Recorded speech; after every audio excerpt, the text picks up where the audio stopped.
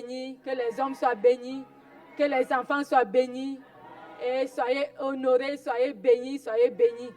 Donc nous sommes là encore ce soir. Nous allons parler de pardon. Et c'est tellement important. Et je pense que ça va vraiment nous faire du bien, ça va nous libérer. Et Dieu va vraiment agir dans notre vie. Donc je voudrais appeler encore mes sœurs qui sont là. Elles vont nous donner une chanson d'adoration.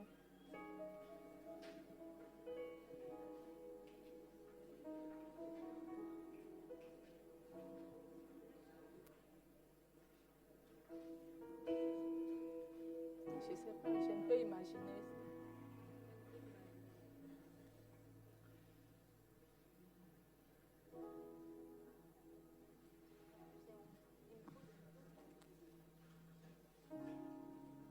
Gloire à Jésus. Je ne peux imaginer combien ça coûterait. À la croix, il a pris ma place. Jésus s'est donné. Je ne peux imaginer combien ça coûterait. À la croix, il a pris ma place. Jésus s'est donné. Je ne peux imaginer. Je ne peux imaginer combien ça coûterait. À la croix, il a pris ma place. Jésus s'est donné. Il est fidèle. Dieu est fidèle.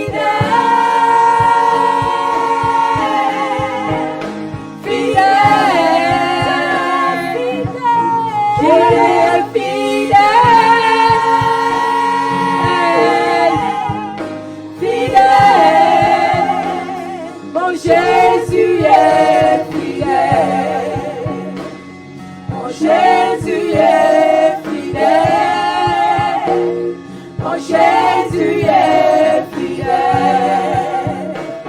Mon Jésus est fidèle.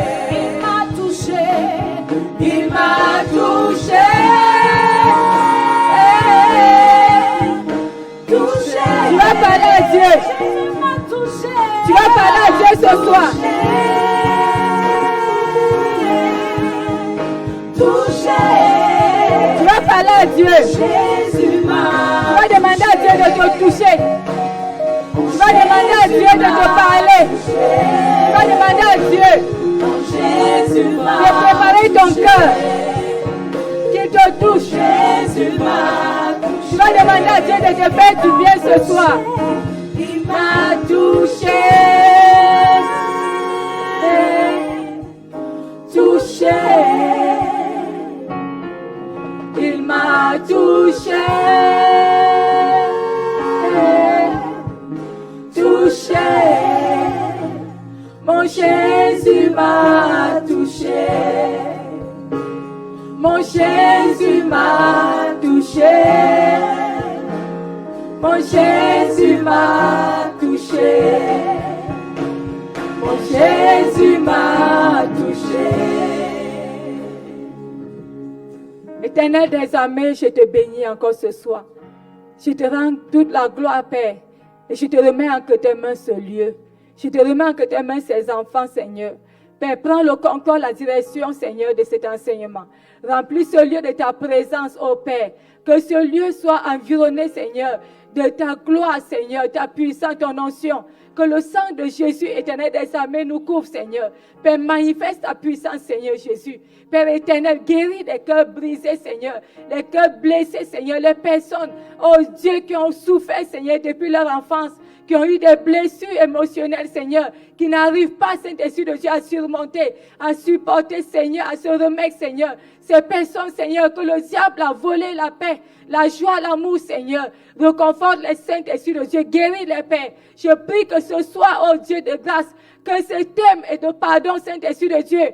Père, oh Jésus, que tu utilises ce thème, Père éternel, pour reconforter, pour redonner le sourire à quelqu'un, Père, pour libérer quelqu'un d'une prison, Seigneur, dans laquelle le diable avait mis, Saint-Esprit de Dieu. Manifeste-toi, Seigneur. Merci pour ta présence. Merci pour ta puissance. Merci, Saint-Esprit de Dieu. Merci, parce que je sais, éternel des armées, Seigneur, que tu vas agir afin que ton nom soit élevé, Père, au nom de Jésus. Donc, je vais appeler.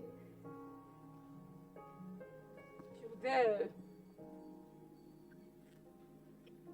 6 personnes. Ils vont m'aider à attraper ces fiches.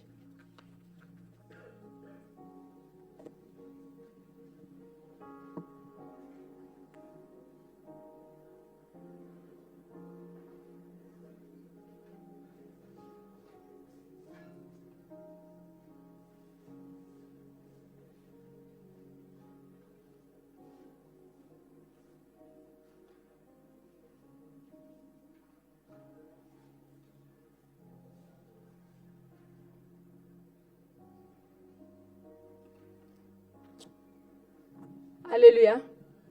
Donc le thème de ce soir, c'est le pardon. Donc, je vais présenter comme ça le pardon. C'est tellement important. Parce que dans le pardon, il y a beaucoup de choses qui sont dedans qu'on ne connaît pas.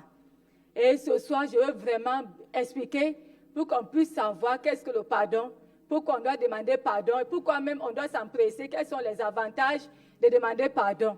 Donc, dans le pardon, il y a la paix. Le paix, c'est la paix. Donc, Jésus dit ici, il nous donne la paix, il nous laisse la paix. Donc, quand Jésus dit de demander, de pardonner, c'est que dans le pardon, il y a déjà la paix qui se trouve comment? Dedans. Dans le pardon aussi, il y a quoi? Il y a l'amour. Donc, l'amour, non seulement Dieu t'accorde l'amour, le fait même de dire, je vais aller demander pardon à quelqu'un, c'est que Dieu te remplit de quoi? L'amour. Donc, cet amour de Dieu remplit ton cœur. Et véritablement, Jésus a dit, mon Père m'aime, parce qu'il fait toujours ce qui lui est comme agréable. Donc Dieu t'aime parce que tu as pris conscience qu'il y a un temps où il faut faire comment? Il faut demander pardon, il faut aller faire la réconciliation. Donc il y a l'amour. Donc il y a aussi le royaume. Donc non seulement tu as la paix, tu as l'amour de Dieu, aussi le Seigneur te permet de rentrer comment? Dans ton royaume. On a vu qu'Adam et Ève ont péché, Dieu les a fait sortir comment? De leur royaume. Il les a chassés du royaume, il les a rejetés.